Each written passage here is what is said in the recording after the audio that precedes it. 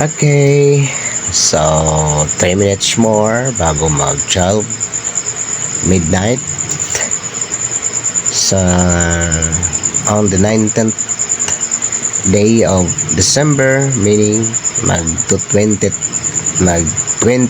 day of December 2025 na, which means 10 days left upang mag 2026 na. Okay, babalikan lang natin yung mga hula nila. Ano yung mga hula? Ang sabi sa hula, month of October, mayroong lindol. Hindi nangyari. End of October, hindi nangyari ang lindol. Nung hindi nangyari ang lindol, sinabi naman last week of November or end of October, November and December daw darating ang lindol. Pinangalanan ang lindol, my friend.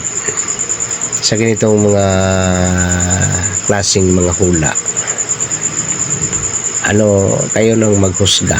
Hindi nangyari ang hula. So dito, my friend, kailangan kayo na mag-isip-isip. Anong ibig sabihin ng ganyang uring mga hula, ha? Hindi ko kayo bibigyan ng mga idea kung ano ang iisipin nyo.